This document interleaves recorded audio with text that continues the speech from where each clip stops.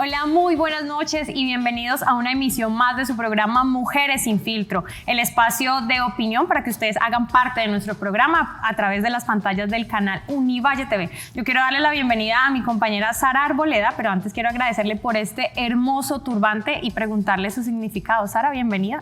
Bueno, Jessica, pues muy buenas noches a usted y a todos nuestros televidentes que nos acompañan en una emisión más de su programa Mujeres sin Filtro a través de las pantallas del canal Univalle TV.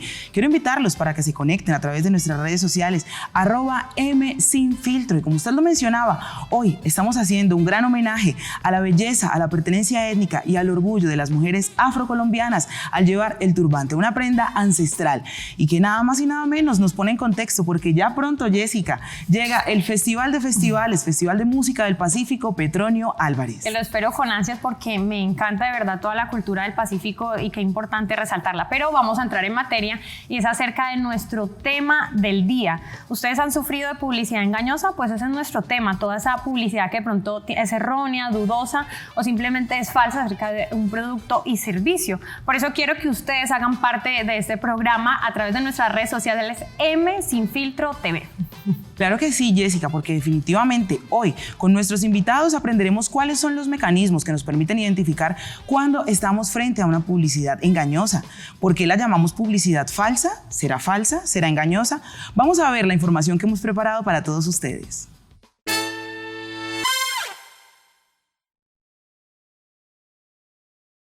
A diario consumimos todo tipo de productos, ya sean físicos o virtuales, los cuales en gran medida se venden gracias a estrategias publicitarias que no siempre son fieles al producto sugerido. Por tanto, es importante conocer muy bien cuáles son los derechos que tienen los consumidores, así como las garantías que pueden exigir ante las diferentes entidades reguladoras.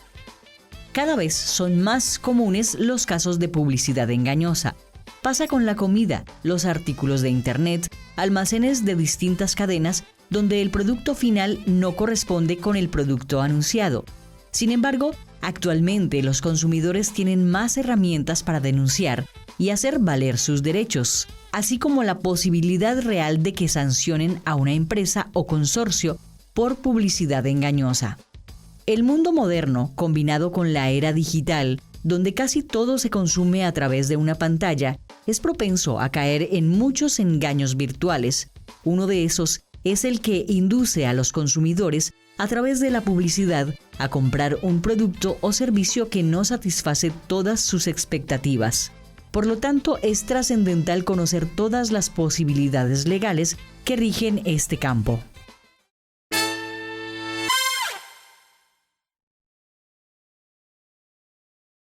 Y ahí vemos un poco del contexto para ir relacionando a nuestros televidentes sobre la publicidad engañosa. Y para iniciar con nuestro tema del día, le doy la bienvenida a Edgar Humberto Campos. Él es abogado, especialista en propiedad intelectual y profesor en marca y asuntos de publicidad engañosa y comparativa. Bienvenido a Mujeres sin Filtro.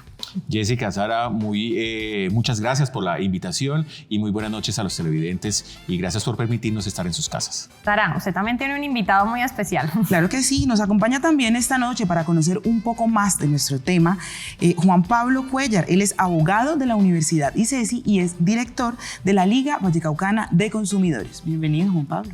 Muchas gracias, buenas noches para todos y pues gracias por la invitación. Bueno, entremos en materia y sobre todo hagamos referencia a qué es la publicidad engañosa y cuándo estaríamos hablando de publicidad engañosa, doctor.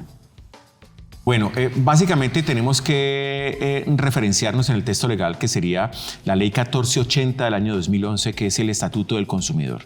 A través entonces de esta norma se define la publicidad engañosa como toda aquella información que lleva a error al consumidor, quien es la parte más débil, digamos, dentro de la cadena de consumo, y lo lleva a elegir una opción que no le da o la información veraz o no le entrega la información suficiente o esa información viene alterada. Claro que sí. Y digamos que en esos términos que se manejan, cuando un cliente puede decir que está haciendo con publicidad engañosa. Bueno, básicamente no es el cliente quien dice que está haciendo la publicidad engañosa. La sanción o la determinación de la publicidad engañosa estará a cargo, por ejemplo, o de la Superintendencia de Industria y Comercio en algún aspecto, o de los jueces civiles si llegamos al procedimiento en ese sentido. Pero el consumidor final puede sentir que lo han engañado cuando el producto que le han ofrecido no reúne las calidades o los beneficios por los cuales lo compró. Y de hecho, ya a nivel nacional, contamos con ciertos casos emblemáticos, llamémoslo de alguna manera, en los cuales se ha ordenado informarle a los consumidores que el producto no hace o no genera aquellos aspectos o aquellos beneficios por los cuales estaba promoviendo su uso. De hecho, y quiero de una vez plantearlo para que los televidentes lo recuerden, el caso de una gran presentadora colombiana, Amparo Grisales, que promovía un producto, digamos que en la publicidad se planteaba que su lozanía, que la belleza de su piel, etcétera, se debía a ese producto.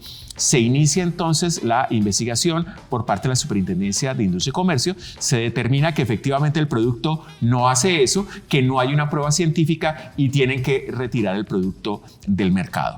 También sucedió con otro producto muy conocido, el cual promovía, digamos, la reducción de peso.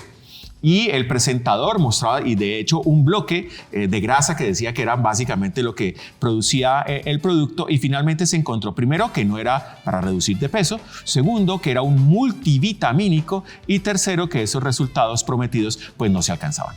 Ahí estamos viendo pues temas de publicidad engañosa. Jessica, pero Juan Pablo, desde el punto de vista de los consumidores, ¿cuáles son las quejas más frecuentes que atiende la Liga? Digamos, ¿cuál es el papel que juega la Liga en este punto con la regulación existente? Bueno, te cuento primero dónde salió la Liga. Cuando estaba yo como estudiante de la Universidad ICESI, digamos, un grupo de compañeros de Derecho, nos reunimos y vimos que había como una afectación en este área. Y en Cali hay como 8 ligas, pero en realidad pues no funcionan todas. Entonces decidimos agruparnos y crear esta liga de consumidores que, pues digamos, lo que busca es aportar el conocimiento jurídico que tienen los estudiantes a las personas que lo necesitan. Hemos llevado de todo tipo. Hubo un tiempo en el que trabajamos de la mano con la alcaldía, por ejemplo, y digamos que junto con ellos llevamos desde licuadoras, por ejemplo, que eran averiadas, hasta, no sé, hubo un problema con un BMW que tenía una afectación en su motor, y hasta desde ese tipo de reclamaciones que son pues muy elevadas hasta de una licuadora, por ejemplo, eran de todo tipo. Queremos que ustedes también hagan parte y nos cuenten de pronto sus casos de publicidad engañosa, y también si tienen preguntas para nuestros invitados especiales a través de nuestras redes sociales M-Sin-Filtro TV. De pronto hablemos de esos casos así que uno dice, no lo puedo creer, que no se imaginan, esos sorprendentes. ¿Cuál sería uno de esos, por ejemplo? Bueno, hay varios. Pensemos, por ejemplo, yo voy a omitir nombres comerciales. Mejor, sí. Una aerolínea europea que vuela regularmente a Bogotá. Y digamos que en su estructura de avión tiene varios servicios. Está primera clase, la clase económica, está la clase turista, y entre la clase de negocios y la clase turista crearon una nueva clase. Y en esa clase les ofrecían una serie de productos y de servicios. Un señor en Bogotá compra 4 tiquetes para él, su señora y sus 2 hijos con destino a Europa, y resulta que muchos de esos servicios que le prometieron, que están incluso en la publicidad de esa aerolínea, no le fueron entregados.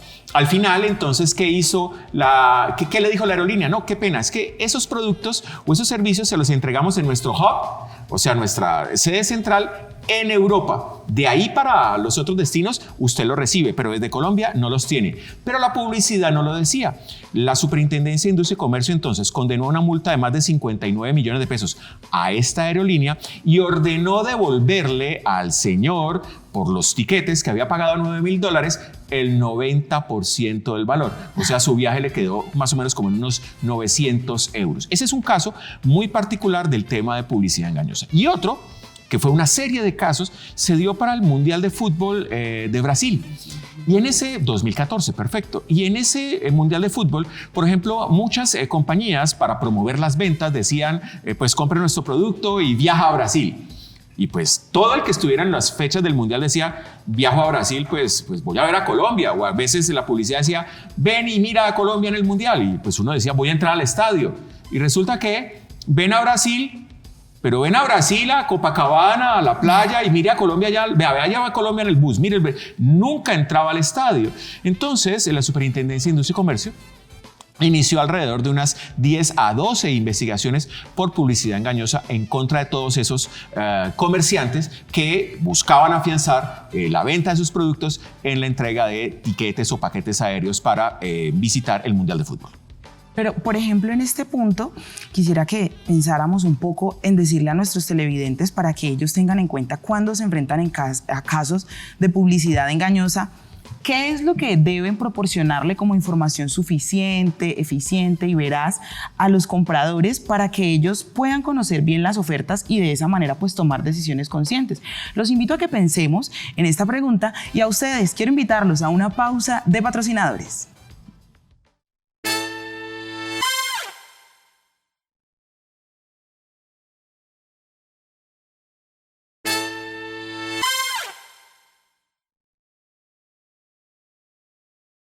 Gracias por continuar con nosotros. Seguimos con el tema del día, que es la publicidad engañosa. Y Sara, antes del corte a patrocinadores, dejaba una pregunta en punta y es el tema de los mensajes que se dan a los compradores y son veraces y oportunos. Desde la Liga de Consumidores del Valle, ¿cómo se maneja todo este tema? ¿Qué puede hacer la gente? ¿Cuáles son los procesos que pueden realizar, digamos, cuando creen que hay una publicidad engañosa? Bueno, yo creo que en este momento sería bueno sentar como una base teórica y el punto es que si la publicidad es subjetiva, tiene que cumplir con lo que promete. Por ejemplo, como explicaba el doctor, si te va a llevar a Brasil, por ejemplo, te tiene que llevar a Brasil. Si es subjetiva y no cumple lo que promete, es engañoso. Pero si es subjetiva, no hay lugar a comprobación, como por ejemplo la mejor gaseosa del mundo o la mejor para mí. Esa no es publicidad engañosa porque es de cada cual, entonces esa está permitida. Hay uno, por ejemplo, un comercial que dice que te da alas. Pues digamos, cada persona que consume este producto entiende, digamos, someramente que el consumirlo no le va a hacer dar alas, pero lo que se busca con esa publicidad es como llevarlo a la creatividad. Entonces, esto no se debe entender engañoso en Colombia, aunque hay lugares donde ha sido sancionado, pero en Colombia se tiene que tener esa base. Si es subjetivo, entonces tiene que cumplir lo que promete. Si es subjetivo, no da lugar a, digamos, a evaluación o un juicio de valor. ¿Cómo se puede hacer esa diferencia entre el objetivo y lo subjetivo para que la gente la tenga muy clara y no crea pues que ahora todo es publicidad engañosa, sí, ¿no? Por eso, como te explicaba, si sale, por ejemplo, alguien diciendo esta es la mejor, la que a mí más me gusta, es subjetivo porque es de la persona, entonces no se puede evaluar o no se puede calificar porque depende del juicio de valor de cada persona. Y en el caso que exponía el abogado que te lleva a ver a Colombia, pero tampoco nunca aclararon a dónde lo llevaban a ver, entonces ahí, ¿cómo podría pasar a ser objetiva o subjetiva? Porque, digamos, la defensa pensaría, yo no soy abogada, pero diría, nosotros dijimos que lo íbamos a llevar a ver a Colombia y ustedes lo vieron pasando en el bus, pero nunca les aclaramos. Ahí, digamos, ¿qué se puede hacer en este caso? Bueno, en un caso como esos, básicamente es cuál es el imaginario de las personas. Y entonces si me dicen, te llevo a ver a Colombia, pues en mi imaginario es, pues voy a estar en el estadio. Pues si voy a ver a Colombia pasando en un bus, pues me quedo en Cali o en Bogotá. Pero eso no sería, porque es subjetivo, es el pensamiento de la persona. Sí, claro, pero ese elemento de subjetividad va guiado. Ah, ok. Si yo le digo efectivamente que va a ir al Mundial, pues yo puedo estar en la ciudad o en las ciudades sedes del Mundial, pero yo me imagino ya dentro del estadio que es realmente el Mundial. Es una delgada línea, ¿no? En la cual, digamos, a veces los publicistas transitan. Yo recuerdo mucho, por ejemplo, un comercial de una salsa de tomate. Y esa salsa de tomate, hay algo que se llama publicidad comparativa que es legal, que se puede hacer. Esa salsa de tomate, entonces, sacaba una chica, una niña, muy adolescente, 16, 17 años, que tomaba una salsa muy famosa en Colombia y empezaba a leer su etiqueta. Y decía, la salsa de tomate tal tiene glutamato, sorbitol, excipientes, etcétera, etcétera, etcétera. La salsa de tomate tal tiene tomates frescos. ¿Cuál le darías a mi hermanito? Entonces, digamos, la compañía de la salsa de tomate que habían leído inicialmente se sintió agraviada y dijo, ahí hay competencia leal, usted está engañando al consumidor. Dentro de la audiencia entonces plantearon, a ver, yo dije que usted tenía glutamato, Sí, ahí está. Ahí dice. Yo dije que tenía sorbitol. Ahí está. Yo dije que tenía excipientes. Sí, ahí está. ¿Dónde estoy diciendo mentira? Entonces la otra compañía dijo, no, es que las personas van a pensar que porque es un químico les hace daño. Ah, pero es que eso no es un tema mío. Es un tema subjetivo.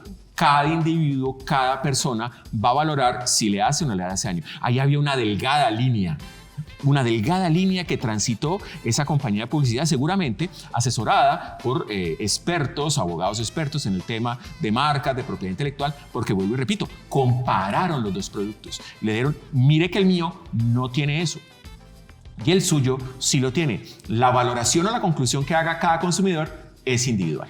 Pero entonces, si la valoración es individual y si estamos en una línea tan delgada del objetivo y lo subjetivo, ¿cómo se logra proteger a los consumidores de que no sean objeto de publicidad engañosa? O sea, viene la misma discusión filosófica de lo relativo y lo subjetivo y lo objetivo. Pero digamos que dentro de lo objetivo hay un imaginario colectivo, como explicaba él, que sería, exacto, yo creo que me van a llevar a ver a la Selección Colombia al estadio, porque ese sería el imaginario que tendríamos todos aquí si viéramos un comercial que dijese, te vamos a llevar al Mundial. Entonces, bajo ese concepto de imaginario colectivo, si hay lugar a una subjetividad, se vuelve objetivo y no permite que dé lugar a, digamos, que se infrinja, no permitiéndolo y dé lugar a una publicidad engañosa. Hay entidades que protegen a los consumidores. Hablemos de esas entidades donde pueden recurrir los consumidores para poder, cuando sientan que tienen publicidad engañosa o algún caso, digamos, para que también los asesoren. Hay distintos niveles. Digamos, desde el punto de vista gubernamental, tendríamos el primero más importante, la Superintendencia de Industria y Comercio. Ahí es importante decirle a nuestros televidentes que pueden ingresar a la página de la Superintendencia, y esto no es publicidad, www.sic.gov.co. Ahí van a encontrar un enlace de protección al consumidor y si quieren presentar su queja, la plataforma los va llevando. Son varias pantallas que tienen que diligenciar, pero la plataforma los va llevando hasta que la queja queda completamente estructurada, hacen clic y se envía. De hecho, dependiendo si va a solicitar o no una indemnización, de esa misma manera se plantea en la solicitud. Ese, digamos que sería una fase. Hay audiencia, hay participación, se hace virtual, la persona no tiene que estar en la sala de audiencias en Bogotá, etc. A nivel local, por ejemplo, están las alcaldías que tienen en las secretarías de gobierno o secretarías del interior en otros municipios las entidades o las dependencias encargadas de la defensa del consumidor. Está la Confederación Colombiana de Consumidores, que digamos que es el ente macro, este señor Ariel Armel, que ha sido el abanderado de las mismas por décadas en nuestro país, y las ligas locales, como nos ilustraba el doctor, que hacen parte de una liga. O sea que existen muchos mecanismos para pedir la protección de los consumidores. Incluso los ciudadanos pueden crear organizaciones, no necesariamente como una liga de consumidores, pero sí que busquen propender por la protección de los derechos de los consumidores. Ese es el caso, por ejemplo, de una asociación, una ONG colombiana llamada Red Papás, que ha emprendido una gran campaña contra publicidad engañosa, una que se llama No Coma Más Cuento, en la que hablan y comparan el tema del consumo del azúcar, del sodio, de la comida chatarra, etc. Entonces hay muchos mecanismos o muchos lugares a donde ir. Y con la Liga de Consumidores, ¿cómo puede acceder la gente? ¿Hay algún sitio físico a través de la página, redes sociales? Sí, estamos en Facebook como Liga Universitaria de Consumidores y tenemos la página www.ligauniversitariaconsumidores.org. Yo quería puntualizar que son tres figuras las que existen, como decía el doctor, para acudir ante la superintendencia, y también que es muy fácil. O sea, el software es súper amigable, cualquiera puede ingresar y van paso a paso. Está la queja, que es en el caso en el que usted considera que hubo una mala práctica y no tienen una intención de recibir algo por eso, solamente quiere dejar como el precedente para que no se vuelva a repetir. Está la denuncia, que esta también tiene una intención de corregir el problema, pero también busca que se sancione a la entidad que digamos que incumple. Y está la demanda, que ya es propiamente la que busca una retribución para el consumidor. Se puede hacer, como explicaba él, por la página web y, por ejemplo, nosotros hemos tenido la experiencia de hacer audiencias de conciliación vía web en nuestra oficina y es muy cómodo, o sea, permite el acceso, todo es muy amigable. Y o sea, lo que invitaría a que, pues, que las personas lo hagan, que todo el camino está dado, y también está, pues, digamos, esa sería la vía administrativa, que es ante la superintendencia, ante las alcaldías, y está también la vía judicial ante los jueces. Lo que pasa es que los jueces, este tema es muy nuevo, entonces no tienen tanto conocimiento, o bueno, no tienen mucho trabajo y no se les presta como el apoyo debido. Entonces tal vez la superintendencia y la página web sí permite que haya una mayor acompañamiento y mayor seguimiento. Bueno, ese tema de la novedad y de que la regulación no esté tan adaptada para poder proteger a los consumidores de estas disputas filosóficas que se presentan, nos lleva también entonces a preguntarnos qué papel juega el idioma en términos de lo que se ofrece en un país, por ejemplo, como Colombia, donde la mayoría de su población no es bilingüe. Entonces, ¿qué papel juega el idioma, no solamente en términos de tablas nutricionales, sino en ofertas? Es muy interesante esa pregunta, porque con el tema del idioma se puede buscar incluso llegar a la confusión. Aquí sí voy a hablar de dos marcas en particular. Hay un desodorante en Colombia que tiene el nombre de Arden for Men. Entonces eso sería una traducción al español para el hombre ardiente. Pero, digamos, en el famoso Agáchese de Cali, usted se encuentra el Eden for Man. Y ve el mismo empaque, los mismos colores, la misma etiqueta, etc. Ahí hay un engaño. Obviamente esta no es una sociedad anglófona, por lo tanto no puede diferenciar entre el Arden for Men y el Eden for Man. La compañía incluso fue tan fuerte ese aspecto que tuvo que cambiar de imagen gráfica. No cambió su nombre, pero cambió sus empaques, sus etiquetas, etc. Otro caso que encontramos aquí en Cali fue el famoso aceite Johnson's. Y en ciertos lugares de la ciudad, normalmente sectores marginales, apareció el aceite Jovinson, con las mismas letras, el mismo empaque, etc. Obviamente, usted no habla inglés, pues ve los dos, su mente cree leer ese texto y termina comprando esa situación. Hace algunos años le pasó a un whisky muy famoso, el Old Parr, que en Colombia dejó de tener su registro de marca actualizado. Alguien solicitó el registro de una marca para bebida llamada Lord Park. Obviamente, de Old Park, del viejo Parra, a el caballero del parque, pues hay una gran diferencia, pero en el inglés pueden sonar exactamente iguales. De hecho, la Superintendencia de Industria y Comercio registra la marca Lord Park. ¿Qué hace Old Park? Debe presentar una demanda ante el Consejo de Estado, demandando a la Superintendencia de Industria y Comercio, y buscó demostrar, lo que finalmente hizo, que su marca era notoria, o sea que era muy conocida, y que Old Park y Lord Park, así significaran términos o conceptos distintos, generaban confusión.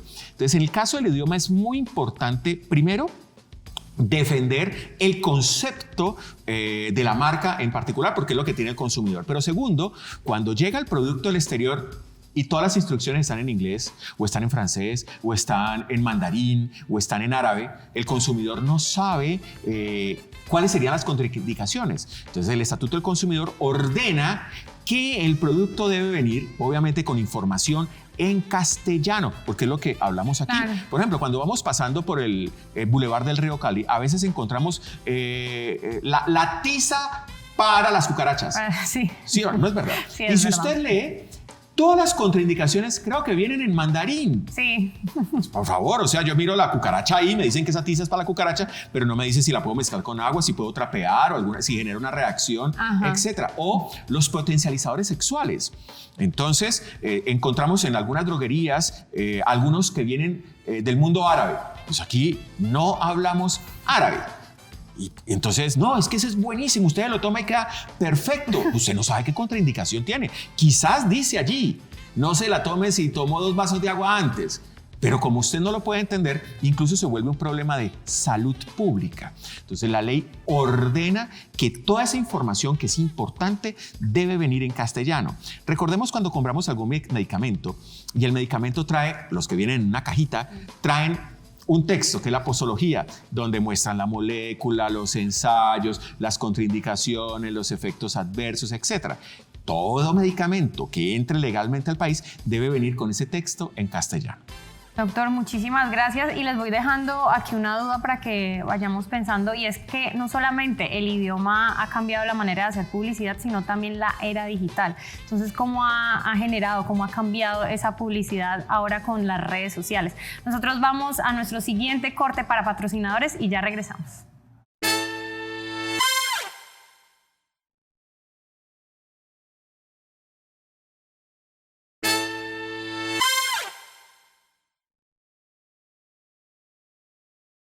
Gracias por continuar con nosotros aquí en su programa Mujeres sin Filtro a través de las pantallas del canal Univalle TV. Una apuesta para generar opinión en temas de actualidad, tal como el que estamos tratando el día de hoy, la publicidad engañosa. Y Jessica dejaba una pregunta en punta para nuestros invitados cuando nos íbamos.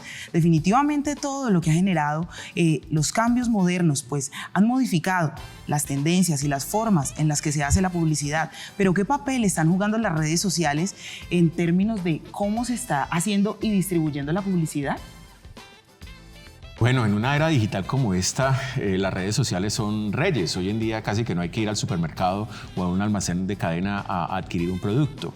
Y las redes sociales no se escapan también de promover el tema de la publicidad engañosa. Miremos lo que ha sucedido en las últimas semanas con algunos youtubers que promueven un estilo de vida, digamos, sano, y después aparece que no era tan cierto. Que recuerdo el caso de una chica que creo que promovía el vegetarianismo y terminó por allá siendo sorprendida consumiendo alguna proteína, carne, pescado, qué sé yo, y tuvo que decir que finalmente su médico le había recomendado esa situación porque generaba desnutrición.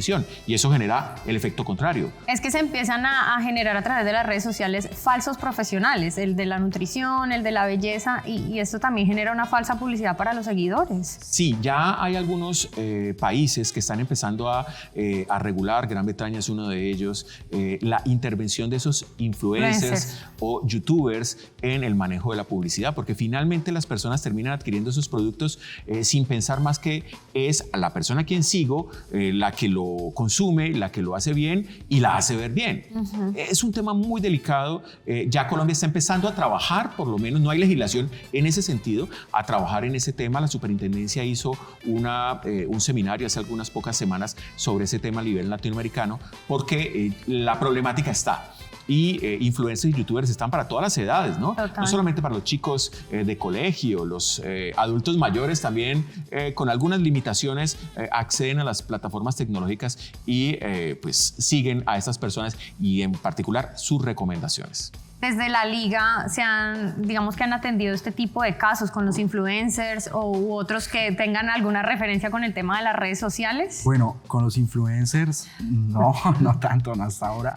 Digamos, ahí vale la pena resaltar, como decía el doctor, que en Inglaterra ya tienen avances. Por ejemplo, ya después de X suscriptores, el que hace publicidad tiene una responsabilidad, que sería un gran avance, aunque como él lo dice, en Colombia todavía no hemos llegado hasta allá. Como siempre nos demoramos en todo, sí. Un poquito. Pero llegamos. Pero ahí vamos, sí, no vamos a la velocidad deseada, pero sí, pues tal vez en el pasado nadie se imaginaría, por ejemplo, que hubiera que regular a influencer, por ejemplo. De hecho, bueno, pero sí lo hemos hecho de compras a través de medios no convencionales, que es como, por ejemplo, cuando uno compra o cuando tú compras a través de Facebook o a través de Instagram. Y ahí pues hay que tener presente las reglas que permiten que si la persona no recibe lo que quiere, tiene un término para poder devolverlo y para que le devuelvan pues digamos, lo que él pagó por eso. Es un término de 5 días en ropa y dependiendo de cada cosa va variando. Y también va variando si hay como publicidad engañosa cuando se pide algo que cumplía unas características específicas técnicas y cuando lo recibo no tiene esas características técnicas específicas. Bueno, ¿cuáles son de pronto esos términos que confunden tanto a la gente? ¿Por qué se presenta tanta subjetividad? Hay unos términos específicos en términos de lo publicitario, desde lo legal se ha logrado identificar qué es lo que genera tanta confusión. Bueno, ese es un tema bastante delicado que incluso nosotros los abogados todavía no nos ponemos de acuerdo. Vuelvo y repito, es esa delgada línea gris en la que se transita.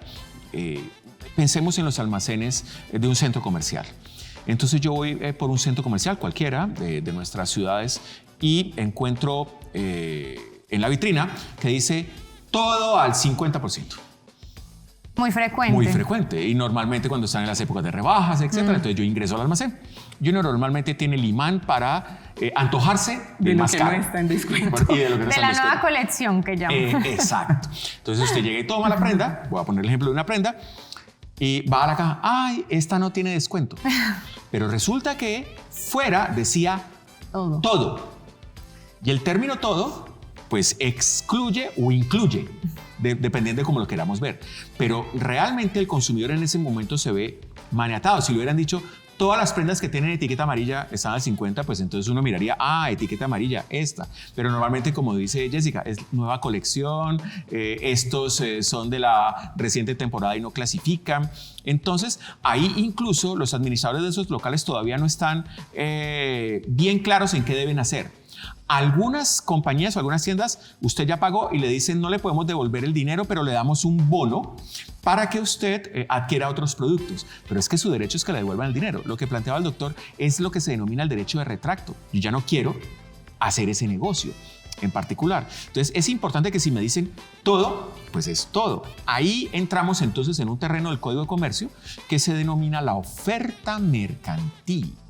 Y en la oferta mercantil, si el producto tiene un precio y yo voy a la caja registradora a pagar y hay otro precio distinto, superior, me deben respetar ese precio. Porque en la oferta, ¿cómo se establece la oferta? La oferta es un negocio jurídico unilateral en el cual el oferente, que es el comerciante, le dice a usted, vea, se lo vendo por tanto, yo veré si la acepto. ¿Y cuándo la acepto? Cuando le digo, venga, toma el tiquetico y me voy para la registradora a pagarlo. Entonces, en algunas ocasiones aparece que el producto vale más. El derecho del consumidor en ese instante, ¿cuál es? Pedir y exigir, respetuosamente, obviamente, que le respeten ese valor. Usted hablaba de un ejemplo por fuera de cámara y eso nos remonta un poco al tema de la ética. Contemos un poco y también, doctor, pues hablar un poco de la ética. Es que la ética no se puede ni medir ni se puede exigir. Digamos que es algo muy personal, ¿no? El ejemplo del que hablábamos con Jessica y Sara fue un ejemplo de unas neveras que sucedió en la ciudad de Medellín. Y lo podemos contar con nombres propios porque incluso pueden encontrar los televidentes la carta en la internet. El grupo Éxito sacó una publicidad en su página web que decía que unos nevecones, o sea, las neveras grandotas, estaban a 400,000 pesos.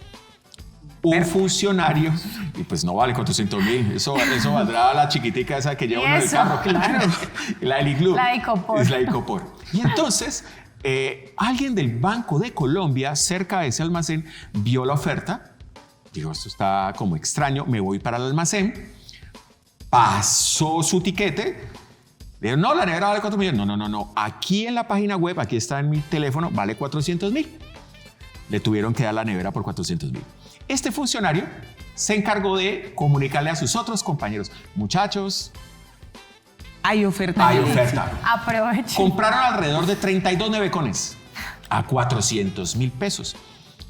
Y entre todos no se aboba, aproveche, etcétera. Y eso llegó a oídos del presidente del Banco de Colombia.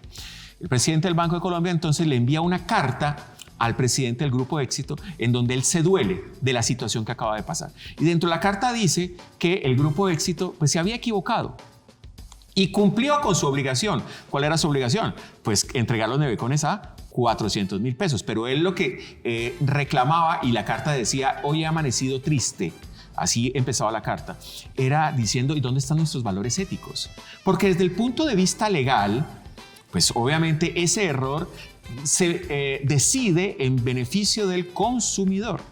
Pero ya ir a negociar 32 nevecones, o uno de estos empleados parece que compró 3 o 4, etc. Y ese es un tema que ya entra en el terreno de la ética. Desde el punto de vista de la legalidad, el consumidor tiene derecho a que le respeten el menor valor. Ese es su derecho, porque aceptó esa oferta. El problema es, yo me tengo que aprovechar de esa circunstancia. Claro, que fue lo que hizo el trabajador de Bancolombia. Ahí con el tema de la ética, que se hablaba también de que es una línea muy delgada, ¿cómo se maneja? Bueno, yo creo que para puntualizar, la ética es la reflexión de la moral, digamos, pasada por un filtro de razón. Eso es pues, digamos, una de las definiciones de ética. Entonces tal vez ahí pues no hay lugar a que pasen ese tipo de cosas. Por ejemplo, desde la liga no se permitiría o no se llevarían ese tipo de casos, digamos, de donde alguien reclame 32 neveras. Pues porque digamos que moralmente y éticamente no nos parece que sería lo correcto o lo adecuado. Porque si bien es cierto, digamos, legalmente tiene una protección y fue un error del distribuidor, del vendedor, pues no da lugar a como valerse de ese dolo o ese error que cometió para lograr, digamos, un beneficio que va más allá de lo justo. Sería ya sería como pasaría al injusto, digamos. Entonces De hecho, comportamientos como los que plantea el doctor, que de entrada les felicito por esa posición de decir, no, creemos que no debe manejarse, generan que hoy en día usted entra a las páginas de los supermercados, de las grandes superficies y dice, letra chiquita, las condiciones pueden variar, sujeto a existencias, incluso cuando usted va a comprar un apartamento, pensémoslo, los que visitan el apartamento modelo, la casa modelo. Entonces usted llega y ve el apartamento muy bonito, ¿no? Y normalmente el apartamento está decorado por un decorador profesional. Cuando uno llega con sus cositas al apartamento, ya chilla, ya es otra la decoración. Entonces, ¿qué sucede? Pero es que ha llegado el momento en que hay personas que dicen, pero es que mis cosas no se ven como se veían las del otro. Entonces, hoy en día usted entra a los apartamentos modelos y le dice, el mobiliario no está en venta. Sí. Es solamente una muestra para que vea cómo quedan. Y los colores de la baldosa o la cerámica, de la pintura, podrían variar. ¿Por qué? Porque como me están ofreciendo un producto, hay personas que lo toman literal. Recuerdo una anécdota muy curiosa del tema de los tiquetes aéreos. Un señor abogado en Cali hizo una reclamación a Avianca. El caso es muy particular. ¿Por qué? Porque él compró un tiquete Bogotá-Cali y dijo que Avianca le había incumplido el contrato porque lo habían dejado en Palmira. Entonces, oye, ¿dónde quieres que aterrice el avión? En la base aérea Marco Fidel Suárez, en la plaza de Caicedo.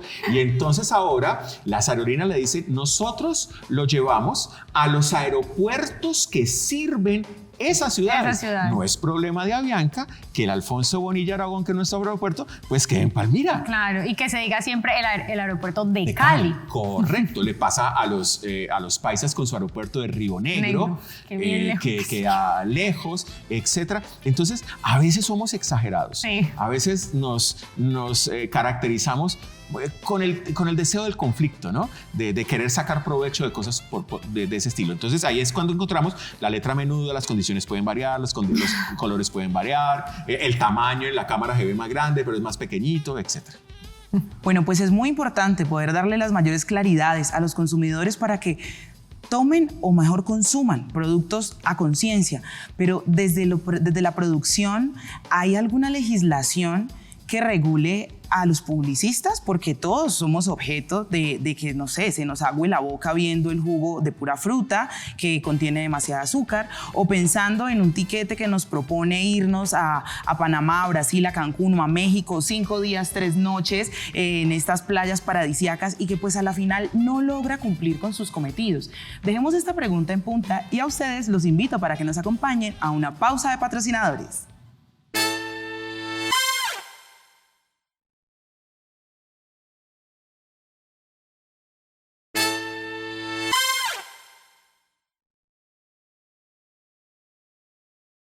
Muchísimas gracias por continuar con nosotros en Mujeres sin Filtro y el tema de la publicidad engañosa. Antes del corte a patrocinadores dejamos una pregunta ahí en el aire, que es el tema de cómo se regula a los publicistas con todo este tema de la publicidad engañosa que es muy, pero muy frecuente. Doctor Juan Pablo. Bueno, aquí en este punto quisiera que aclaramos dos cosas. Por ejemplo, consumidores somos todos y siempre pensamos que consumidores es como cuando uno va al supermercado o cuando compra, no sé, cuando compra el papel higiénico, la leche, pero va en todos los aspectos, siempre y cuando yo sea el consumidor final de este producto. Incluso las personas jurídicas, es decir, las empresas, también pueden ser susceptibles de ser consumidoras. Esto es muy importante porque si la empresa no se dedica, o sea, no es profesional en algo, por ejemplo, todas las empresas tienen como un objeto social y ese objeto social es su razón de ser y a lo que se dedica. Pero si yo tengo una empresa de, no sé, venta de colchones, Y esta empresa compra bolsas para empacar sus colchones. Ella no va a ser experta en cómo se manejan las bolsas. Frente a este punto puede ser objeto de ser consumidora y puede presentar reclamaciones. Frente a lo que decías de cómo se regulan los publicistas y digamos, a los demás, hay una definición que trae la Ley 1480 de 2011, que es la cadena de producción, que están los proveedores, todos los que hacen parte de la línea hasta que el producto final llega a mí, como consumidor. Conforme esta ley incluyó unos principios. Dentro de los principios que valdría la pena traer aquí en este momento a colación es el principio de solidaridad. ¿Qué quiere decir esto? Que todos son directamente responsables. Es decir, yo no tengo que acudir, si así lo quiero, directamente al que me lo vendió. Puedo acudir digamos, a una parte superior de la cadena y él me tiene que responder, independientemente de que ellos ya digamos, ajusten la responsabilidad de quién fue el que cometió el error. Pero a mí como consumidor me responde cualquiera de los de la cadena de producción. Como nosotros queremos que ustedes también hagan parte de este programa de Mujeres Sin Filtro, pues salimos a las calles de la ciudad para conocer qué opina la gente acerca del tema de la publicidad engañosa.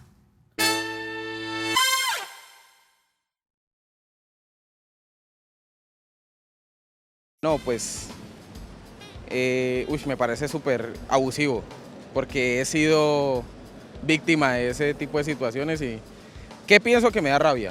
Punto. Me parece que es una mentira, que están jugando con uno. Yo he sido víctima de la publicidad engañosa. De hecho, hasta hice una denuncia a la parte de consumidor porque, o sea, te ofrecen cosas o te dicen a la mitad de cosas y cuando tú vas a ver, entonces es una trampa, ¿verdad? A mí me pasó algo así. Me ofrecieron unos productos más que todo a nivel de nutrición y todo, y cuando fui a ver, o sea, que no, que era tanto y después no, o sea, un embarque ahí loco. Entonces, yo pienso que con eso sí deberían de tomar medidas.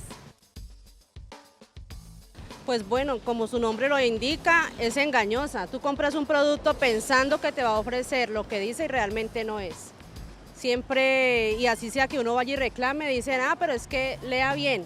Entonces trae como un segundo contenido dentro del mismo mensaje. Entonces es engañar a la gente. Entonces creo que no debería ser así, debería haber una ley aplicada, pero realmente aplicada a esa situación.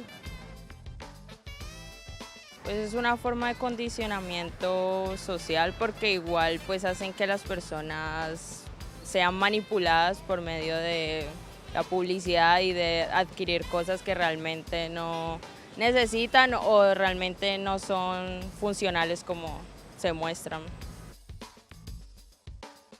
Nos falta también ser un poco más consumidores que detallen más, ¿cierto?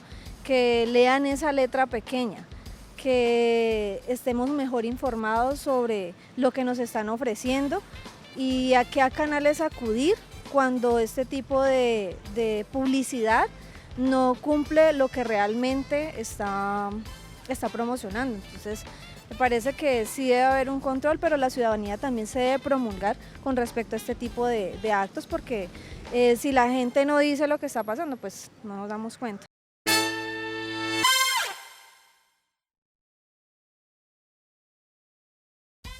Bueno, pues ahí veíamos las opiniones de la gente en las calles al respecto de la publicidad engañosa. Se sienten víctimas en la mayoría de los casos. ¿Deben denominarse víctimas, doctores, las personas que, digamos, son objeto de la publicidad engañosa? Bueno, yo no encuentro otro término más adecuado. Lo que pasa es que normalmente utilizamos el término de víctima para aspectos de delitos. Cosas violentas. Sí. Bueno, pero es que también un engaño es violento. Pues sí, es en serio. Usted puede tener mucha expectativa sobre algo y después pues desinflarse, como se dice comúnmente. Yo no encontraría otro término más adecuado, pero ya estábamos hablando de si era ese o no, porque efectivamente esas personas, creo que fue la segunda señora la que intervino, digo, es que me he sentido engañada. Y realmente es la sensación de frustración, la rabia que genera en la persona que ha comprado un producto y que o no dure o no alcance las expectativas, etc. Como decía el doctor Juan Pablo con el producto aquel que le da alas, pues yo no sé si el muchacho pensó que iba a volar. puede haberlo pensado literalmente y uno dice, pero a ver, por favor. Y a veces uno exagera la nota. Sucedió en Francia con un famoso desodorante, omito su nombre, que tenía el efecto, ya los televidentes sabrán de cuál estoy diciendo, y que le llegaban las chicas. Y el chico demandó porque dijo, pues yo me pongo el desodorante y nunca llega. No pasa nada. No sé qué pretendía él y a veces llevamos la cosa muy lejos. Lo exageramos. Sí. Con el tema de los niños se pide mucho respeto, el tema infantil cuando incluyes a niños y niñas. ¿Cómo manejar, digamos, en estos casos el tema de la publicidad, ¿no? Que es un tema tan delicado? Es muy delicado y recuerdo una anécdota de una amiga con su hija que tendría como 8 o 9 años y había una toalla sanitaria que tenía como un eslogan para que la llegada no te afecte la salida. Ah, sí. Y entonces la niña de 8 años dijo que iba a comprar el producto porque pues iba a salir con sus amiguitas. Y entonces uno dice ahí, plop, o sea, ¿qué hacemos? Claro, el producto tiene un doble mensaje dirigido a adultos, no es pornográfico ni mucho menos, pero pues el niño lo entiende literalmente. Y ese es un tema muy particular, sobre todo en las comidas, que venga y reclame la sorpresa o el juguetico.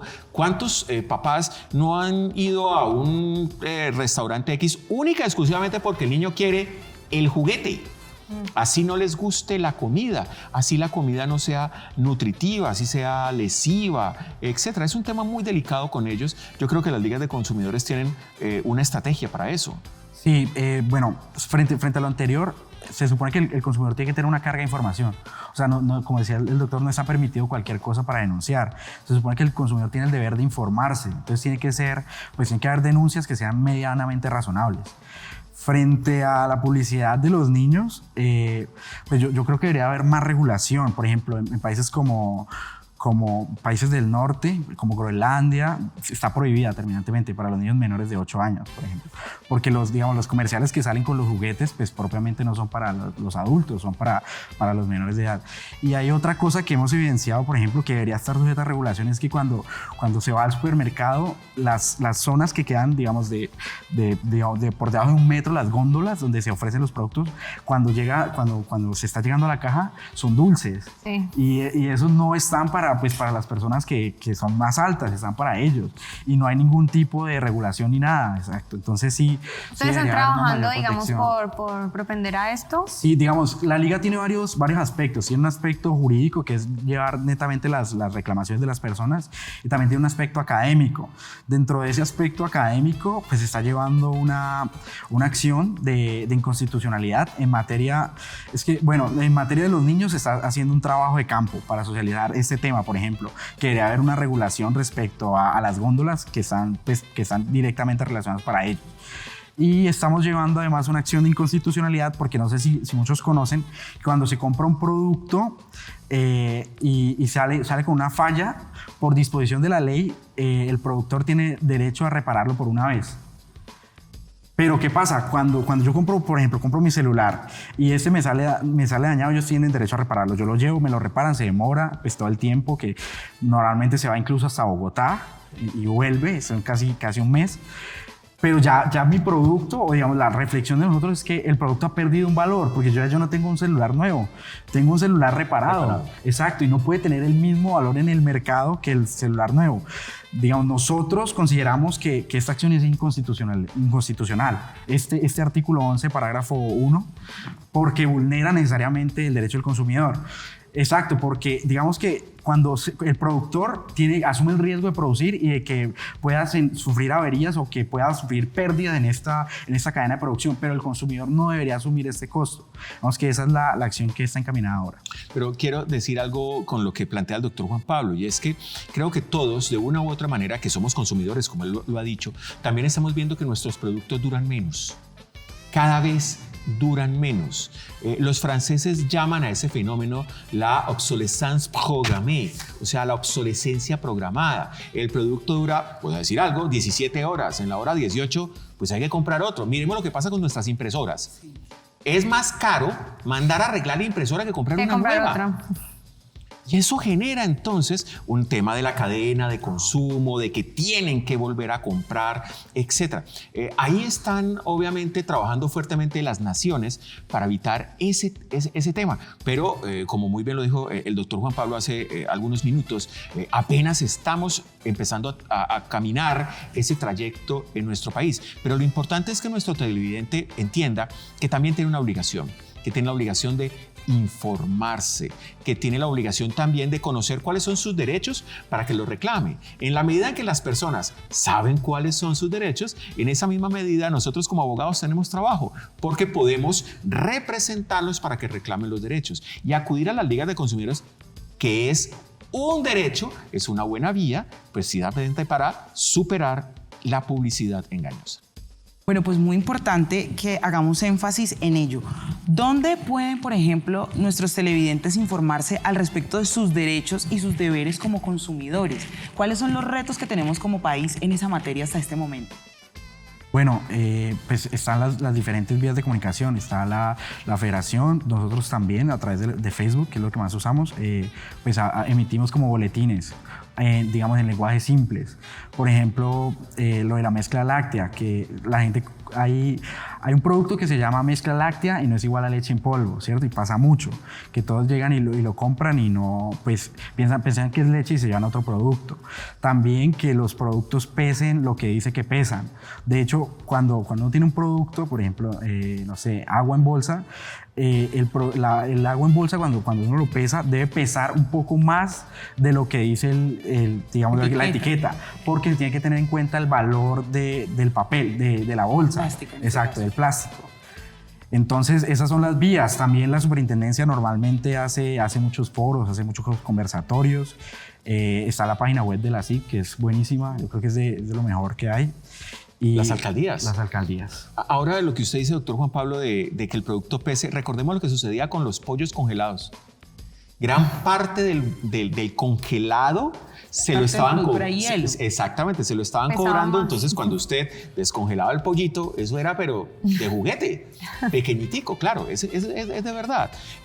Porque precisamente a veces el comerciante inescrupuloso, que no lo son todos, pues trata de sacar ventaja de cosas como esas. Les queremos agradecer muchísimo por haber aceptado la invitación a este programa y a ustedes también, nuestros televidentes, por estar muy pendientes de las pantallas del canal Univalle TV con el tema de hoy. Y lo que queremos aquí siempre es que ustedes se vayan supremamente informados, así que conozcan sus derechos para poder hacerlos valer. Muchísimas gracias. De esta manera despedimos una emisión más de nuestro programa Mujeres sin Filtro. Recalcando, queremos invitarlos, visiten la página de la Superintendencia de Industria y Comercio y la página de Red Papás para que hagamos parte de todo este movimiento ciudadano que se informa al respecto de los deberes como consumidor. Chao, chao.